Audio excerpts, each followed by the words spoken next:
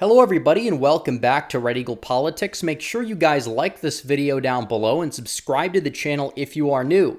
So Donald Trump continues to dominate Ron DeSantis in the polls, and we've seen this for months now, but the gap seems to be getting wider. Ron DeSantis was originally polling close to 40% at the beginning of the year, and Donald Trump faced a lot of things that historically, traditionally, one would say would hurt him. He's faced indictments. He's faced a lot of legal challenges that are mainly bogus, by the way, that they're trying to throw in his direction. And on top of that, Ron DeSantis announced for president, and a lot of people speculated, oh, he's going to get an announcement bump.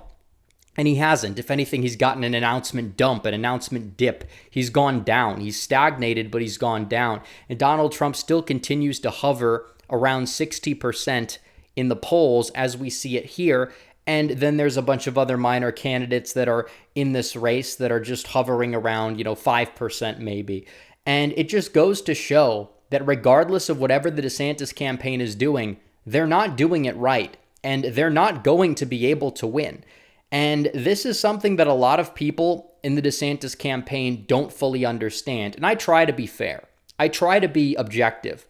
But it comes to a point where it's very difficult to sit there and throw a bone to a dog that is just that much of a bad dog because they're not doing anything correctly. If they actually hit Trump effectively, I'll say, okay, well, Trump's going to have to respond to this. I'm obviously a Trump guy. Everybody knows that through and through. I think he's better on the national stage. I think DeSantis should have stayed in Florida, but now he's essentially moved to Iowa, and he's attached himself to a $200 million plus sinking ship of his campaign. And the more he manages to spend, he continues to lose ground in these states. And Trump hasn't campaigned a whole lot, but he's still dominating the polls. He's winning. And a lot of people have really come to understand this, including Candace Owens, by the way, who has been somebody who has kind of supported Trump, but it's been soft support. She's somebody that likes both Trump and DeSantis. And I think a lot of the people that may be swayable in the primary like both of these people, regardless of whatever side they're on. But Trump seems to be the guy that people realize, okay, he's been president. He's good at the national level. We need to give him another term. And then they're looking at DeSantis. He's not really bringing a whole lot to the table. He's talking about, oh, we did this little thing as governor here and there. But other than that, he's down by 35 points to Trump. Trump is a rock star in his own right in politics. Whether people are supporting him or not, they really can't disagree with that. And in order to defeat him, you're going to have to match him. You're going to have to match his energy level. You're going to have to be even more innovative, bring something even newer to the table. And Ron DeSantis is just following the pathway of the Cruz-Rubio campaigns combined from 2016. And that was not a winning strategy then. And some people could say, well, it's not 2016 anymore. You're right.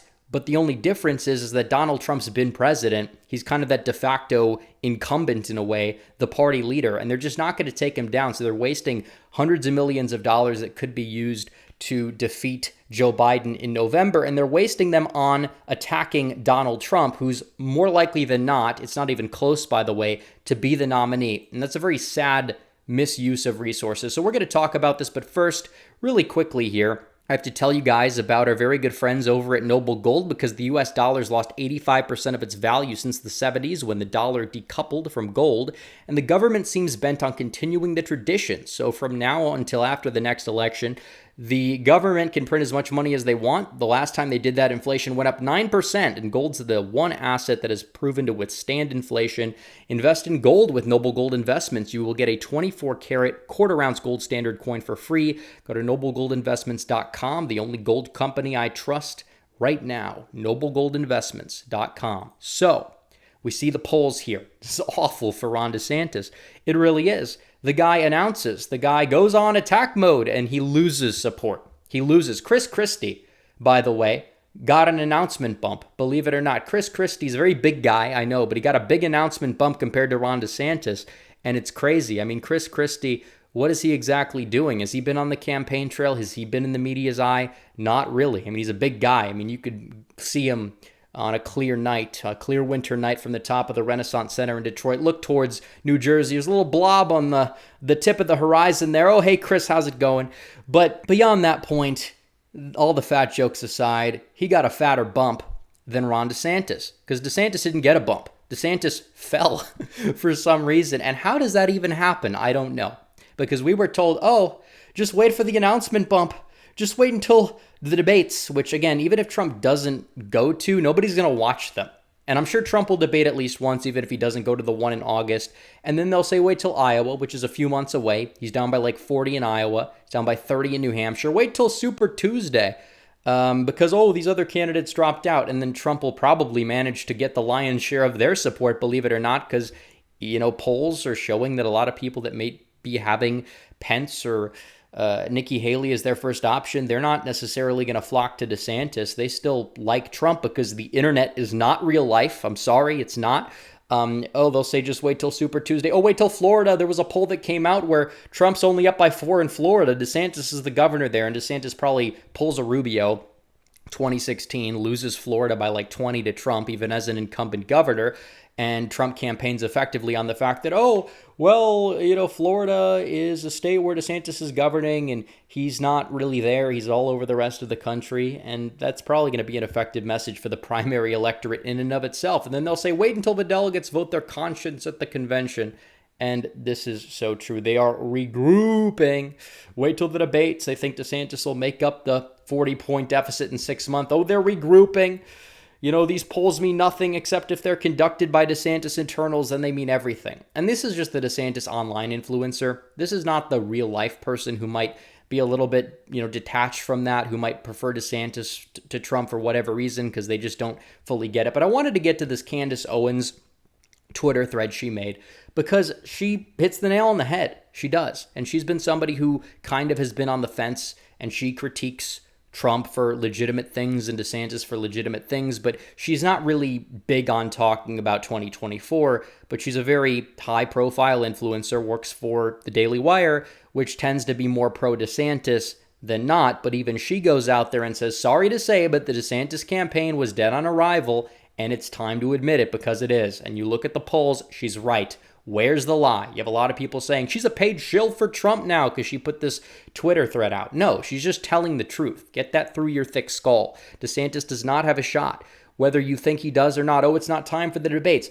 Honestly, I think there's more of a chance that DeSantis gets displaced from number 2 in terms of the primary choices for a lot of people at the debates than, Trump manages to fall and DeSantis will eclipse him. I think if anything, maybe, let's say Pence has a good debate and then DeSantis falters and acts robotically, then maybe Pence will be in second place. But if anything, I think that has a higher chance of happening than anything else. I don't think that there's really a chance that DeSantis is going to make up this deficit. We've never seen in history somebody poll above 50% and lose the nomination. We've never seen that. I guess you could maybe say LBJ in the 60s, but he chose to drop out. He still could have won the nomination had he stayed in, but he didn't. And that's beside the point. She's right, tons of mistakes. Needs to be more upfront about his intention to run. What is he running for? Because it seems like a lot of the people egging him on to run are these donors who just hate Trump and want Trump out of the way. And they've deluded him into believing that he has a chance to run. And as a result, it's dividing the party as a result. Maybe not a whole lot as much as we thought, because it really doesn't seem like he has a chance. But it doesn't come across as honest, and he's boring. He is boring. You could say it shouldn't matter, but it does. It absolutely does. Donald Trump is not boring. And you could say, well, politics is not something that should really come down to being a showman or whatever. But in a way it is. You have to kind of have this charisma, especially if you're down by 40 points. If Donald Trump is going out there being really boring or presidential or whatever you want to call it, which I'm not saying that Trump being presidential is boring, because Trump's just not a boring guy. But if Trump goes out there and kind of just tones it down significantly and is just straightforward, he's not going to lose support. But DeSantis just rambling on robotically about his tenure as governor, you have a very, very low ceiling there. Even if you want to say there's a floor because people like him, the floor also consists of a lot of people who like Donald Trump. And going on the offense and attacking Trump on a lot of things is not going to really resonate with them, especially if they come across like resist libs, which they absolutely do. Somehow they attack Trump from the right and then they attack him from the left. It's like, what side are you really on? It seems like your only conviction here is being anti-Trump and nothing else. And then she says he needed somebody more like Kayleigh McEnany rather than petty Christina Pushaw running comms. And this is true. A lot of the DeSantis people that are surrounding him are just extremely insufferable, and it's turning people off from Ron DeSantis, so much so to the point where even if DeSantis does something good as governor, like you develop a Pavlovian instinct to kind of try to say, okay, what's really going on here? Whereas a couple of years ago, yeah, maybe we would just praise that without any form of questioning, which I'm not saying questioning is bad, because questioning everything that every single person, including Trump, does, I think is important, whether if it's for better or worse. But still, it's true. You have these people that are his influencer team. They're just insufferable. They're not exactly people that you would want on your side. And Kayleigh McEnany came under fire from Trump, and I think Candace Owens was famous for kind of defending her. But it's technically true that Kayleigh McEnany at the top of your, communications team is a lot better than Pushaw, because McEnany doesn't like play this petty, dirty game that's kind of like a dead end type of sort of ordeal, where she's going to be going out there and just trying to attack everybody, including, 16-year-olds on Twitter that say something to her that she finds insulting, yet also happens to technically be correct. But still, besides the point, it's 100% true. His communications team is awful. They're insufferable. And they come off the way a lot of these resist lib reply guys to Trump came off like. And they're not exactly people that are going to help advance his message or advance his campaign, because all they care about is getting into the mud with Donald Trump and every single person who says any positive thing about Donald Trump. Well, they call them the cultists, when in reality, they're the cultists, the people that are the DeSantis influencers, because I've never seen them once critique Ron DeSantis at all. And you see a lot of Trump influencers, like even Candace Owens, who supports Trump, I believe, over DeSantis. She'll critique him from time to time, but it's true. And then she says the influencers that are still cheerleading for him are those that recently moved to his state and want to reap the benefits for standing firm beside him through his inevitable loss. Honestly, I think some of them are delusional to the point where they do believe that DeSantis can actually go out there and win. But it is true that a lot of them are just trying to get in his good graces. Maybe they're hoping for Trump to go to jail, which is disgusting, but that's kind of what they're looking for. So maybe DeSantis will go out there and be the nominee, and they want jobs in his administration. They want jobs in his White House. I don't support Trump because I want a job. I really don't. If he wants to offer me a job, we could talk about it.